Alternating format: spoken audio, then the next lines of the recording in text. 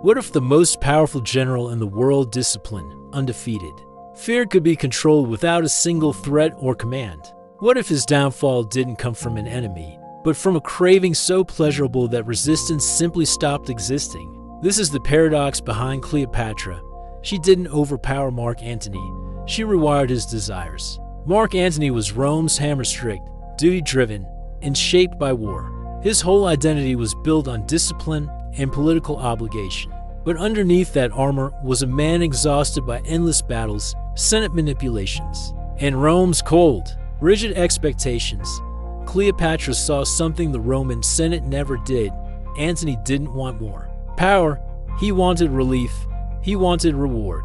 Cleopatra engineered an environment where Antony's cravings, pleasure, admiration, escape were triggered at every turn. Her legendary entrance in Tarsus wasn't random. She arrived as the goddess Venus, on a golden barge, surrounded by music, perfume, and spectacle. This wasn't romance. It was the perfect desire cue, a sensory overload that made her presence feel like freedom itself. While Rome demanded hardship, Cleopatra bundled herself with everything rewarding: warmth, luxury, worship. And Antony's mind, wired like every human's mind, drifted toward what felt good. The craving became inescapable. The more time Antony spent in Egypt, the stronger the loop became.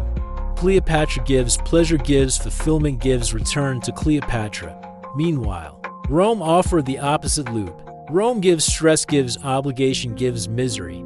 When Octavian tightened his grip on the Republic, Antony faced a brutal choice: return to the cold duty of Rome, or embrace the intoxicating reward of Alexandria. He chose Cleopatra again and again until duty no longer felt desirable at all. This was the irreversible moment, the craving one. Under Cleopatra's influence, Antony abandoned campaigns, neglected alliances, and slowly lost the loyalty of Rome.